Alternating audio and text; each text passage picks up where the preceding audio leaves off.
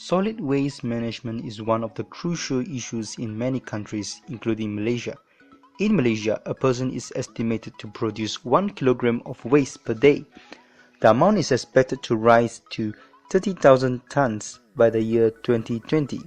However, in 2012, the waste generated has already reached 33,130 tons. Have you ever thought that, in the end, where does the solid waste go to? Yes, it is landfill. Basically, most of the solid waste like plastics takes about 1,000 years to decompose, which means after the government took the place for landfill, it takes about 1,000 years, only then you can reuse it back. Therefore, with the rapid increase of the solid waste, some of us will be forced to live in the landfill area in the future.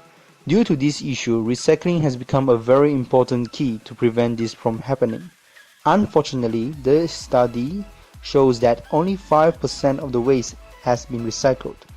Due to this issue, we have surveyed 100 people randomly to find out the reason why people seldom recycle. As a result, the main reason that discourages the public to recycle is due to the inconvenience of recycling. Second reason is that users do not get paid for any incentive for recycling using public recycle bin. Lastly, although there are many recycle centers that will pay the public for recycling, but they only pay incentives to those who recycle in large amount. It is believed that everyone knows how important it is to recycle, but with this busy modern life, realistically, how many of them would be willing to go through all these trouble just for the sake of recycling? Therefore, I am proud to introduce you the advanced recycle machine to tackle the mentioned problem. With the machine, users now can recycle their used item in any quantity and any time. To show you how it works, let me show you an example. Let's say a user has just finished his can of drink and just happened to pass by an advanced recycle machine. He just needs to tag his RFID membership card onto the machine, and now the machine is retrieving his personal data from Microsoft Azure. After a few seconds, the machine is ready to identify the material. The machine consists of a capacitive proximity sensor that can differentiate the different capacitance of the material.